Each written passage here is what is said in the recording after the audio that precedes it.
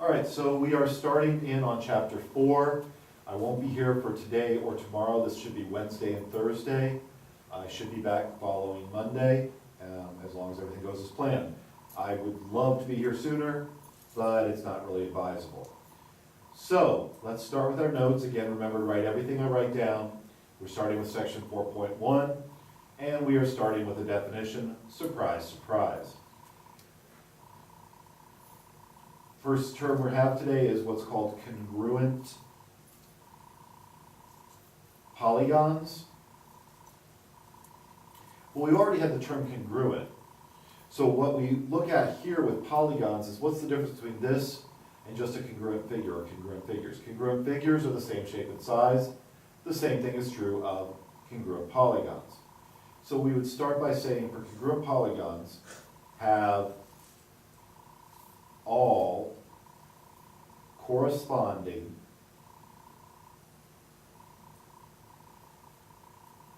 parts, which means, in this case, angles and sides, congruent. Corresponding means the parts that line up. So for example, let's say I have these two triangles. And this one is LMC. And I also have another triangle. And this one is KJB.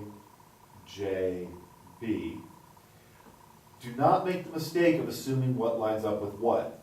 Generally, you'll be given a congruency statement. A congruency statement tells you how they line up. In this case, it will be, this is a C, this is an L, just so you don't get confused.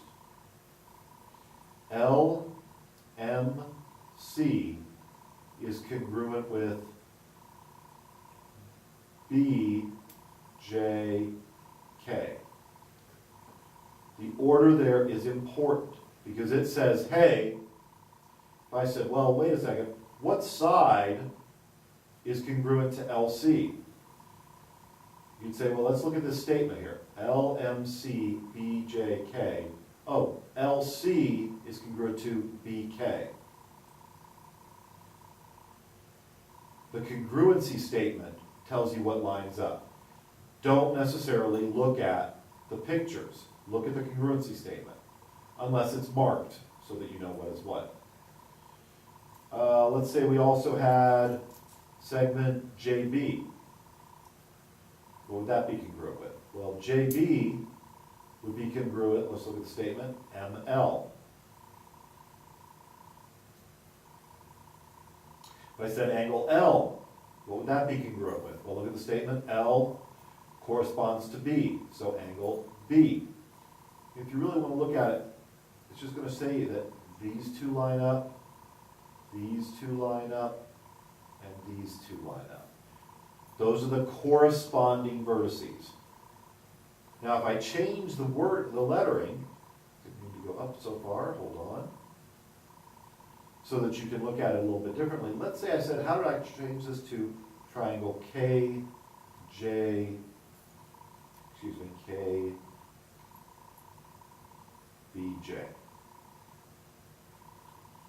Well, let's see, we've got K corresponds to C, so I'm going to start with C. B corresponds to L, so I'll go to L. And J corresponds to M, so I'll go to M. Be really careful that you make sure each part lines up. Otherwise, this won't work. This whole chapter is on congruent triangles. It is really important that you make sure all of this stuff, you've got it, you know it, you understand what lines up, what's corresponding, what congruent polygons are. We're going to start with the first theorem in this section, which is theorem 4.1. It's called the third angles theorem. And it really simply says this. If two angles of one triangle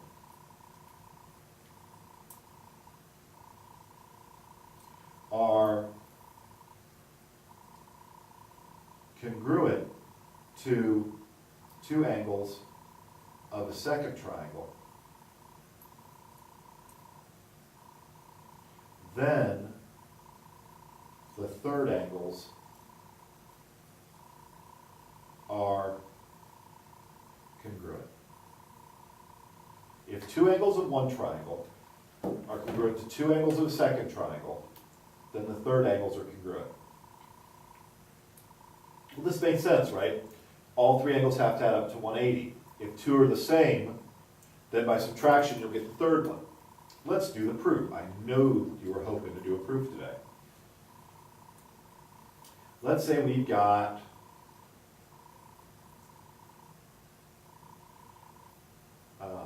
X, Y, Z, and A, B, C. And I'm going to mark that Y and C are the same. And I'm going to mark that Z and A are the same. And so my given statement, just by looking at my diagram, I can see angle Z is congruent to angle A. If that's hard to read, that is supposed to be an A there. I'm also going to say that angle Y is congruent to angle C. I'm going to prove here that angle X is congruent to angle B. That's what I'm trying to show. Proof is pretty simple. Let's start with our statement of reason as usual. There are going to be a lot of proofs in this chapter, so it really is important you take down your notes because a lot of these will be very similar to ones in your notes. I should say a lot of the assignments. If Z is congruent to A, and don't forget my angle symbol there, and Y is congruent to C, this is given,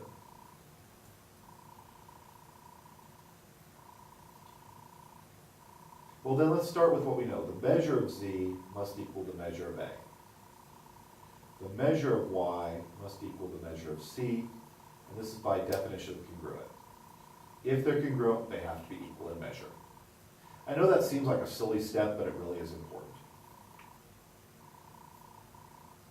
Let's go again with what we know, which is the measure of angle Z plus the measure of angle X plus the measure of angle Y has to equal 180. Also the measure of angle A plus the measure of angle B plus the measure of angle C also has to equal 180. This is going to be because the sum of the angles of a triangle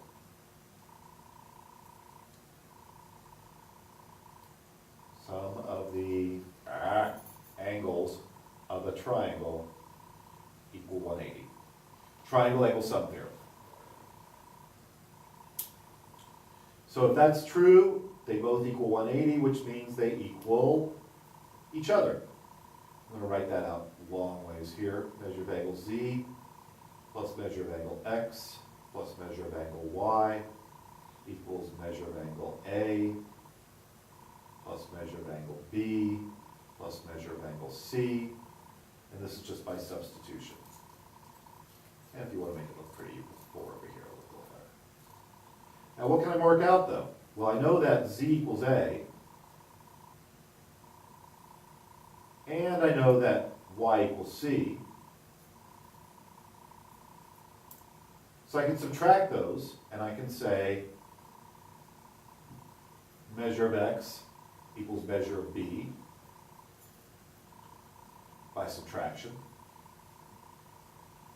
Don't forget to number all your steps in your proofs. But if the measures are equal, that means the angles are congruent by definition of congruent. And that was exactly what I wanted to prove. Now, the assignments you'll be getting tonight will also be saying some proofs. And right now, all you really can do is use what you know about angles being the same and sides being the same to show triangles are congruent. So let's look at an example that will be very similar to something you'll be doing in the assignment. Example. I'm going to take this figure, and I'm going to say this is a right angle and this is a right angle, and I've got a line segment going across here. And these two. Oh wait, what was that? Okay, yeah, hold on a second, I'll go back a little bit. So again, let's look at the proof, because I can see some of you right now are saying, wait a second. Okay, I said the given, I said the measures were equal. I said they equal 180, I said they equal each other. I marked out what was the same, and I was left with measure of x equals measure of b, and then x is congruent to b. Yeah, no problem. Okay. So, we continue with our example. Again, very similar to what you'll have in your assignment. Let's say we have this, and I say these two sides are equal. I also say this side is parallel to this side. Now don't forget here, those little arrows mean parallel. The little tick marks, the little segment marks mean that they're equal. And I'm going to say the given is the figure. And the figure just means what's marked on it. The prove is I want to prove triangle A, B, D is congruent. So I went from A to B to D. So I'm going to go from C to D to B. To triangle C, D, B. And of course, if you see DB and you're allergic, you should probably get out of the room. Don't really get out of the room. Get it? CDB. Statement. Reason. Remember, right now, the only way I can prove triangles are congruent is to show all of their parts are the same. I'm going to undo that. Draw a little better. That's better. Okay, I'm going to really rewrite my given so that it looks great. I'm going to say AD is congruent to CB. I'm going to say AB is congruent to CD.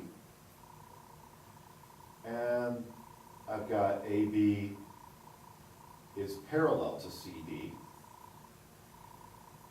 And angle A and angle C are right. Woo! That's a lot. Well, I've got two sides, so if I could, let's go ahead and finish up with the sides. The third side, BD, look at it, it's shared between the two triangles.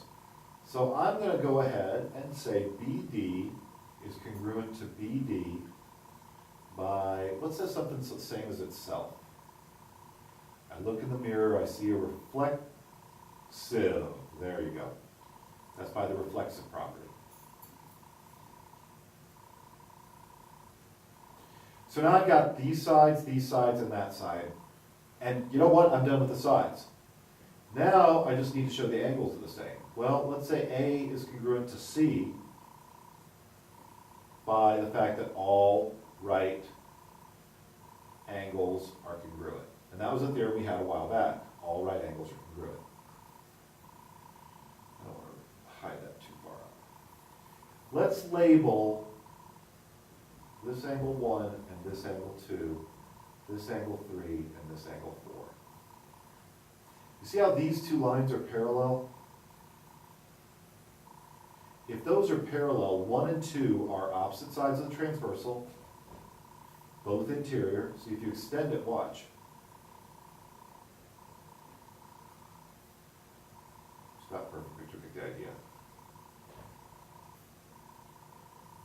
1 and 2 are opposite sides of transversal, but they're both interior. They're alternate interior, so we can say angle 1 is congruent to angle 2 because of parallel lines form congruent alternate interior angles. Now, how did I know to use that? Well, I saw that I had parallel in there. So I had to think, well, parallel is probably going to show up. I'm going to use it somewhere. Where am I going to use it? Oh, well, they're alternate interior, 1 and 2. 3 and 4 are not alternate interior because the other 2 lines aren't parallel. They're not alternate interior. But I just got a theorem. Let's go back for just a real quick second. That says if 2 angles of one triangle are congruent to 2 angles of the other, the third angles are congruent. Therefore, 1. So I'm going to write angle 3 is congruent to angle 4. And I'm just going to save myself time and write theorem 4.1 because you know what? That's what theorem 4.1 says. So now I have all 3 angles are the same in the 2 triangles. All 3 sides are the same. And so then I can say ABD and CDB. Triangle ABD is congruent to triangle CDB by definition of congruent polygons. And that, Q, E, D. Quo erat demonstratum. That which was to be proved. And that finishes that proof. You will have one very similar on your assignment tonight, and I think you'll be able to handle it. And let's go ahead and get your assignment then. I know you've been waiting for it. Let's start with tonight. You'll have page 222. What a nice sounding number. You'll have 10 to 31. Sounds a lot longer than it really is. 40 to 41. 10 to 31 is pretty quick. A lot of those are going to be very simple questions. So for your assignment tonight, page 222, 10 to 31, 40 to 41. If you need to watch this again, have the teacher show it. You need to get started on your work though, because some of you have noticed have had some missing assignments. It's going to hurt you in the end. So, one more day, then I'll be back hopefully. Have a nice night.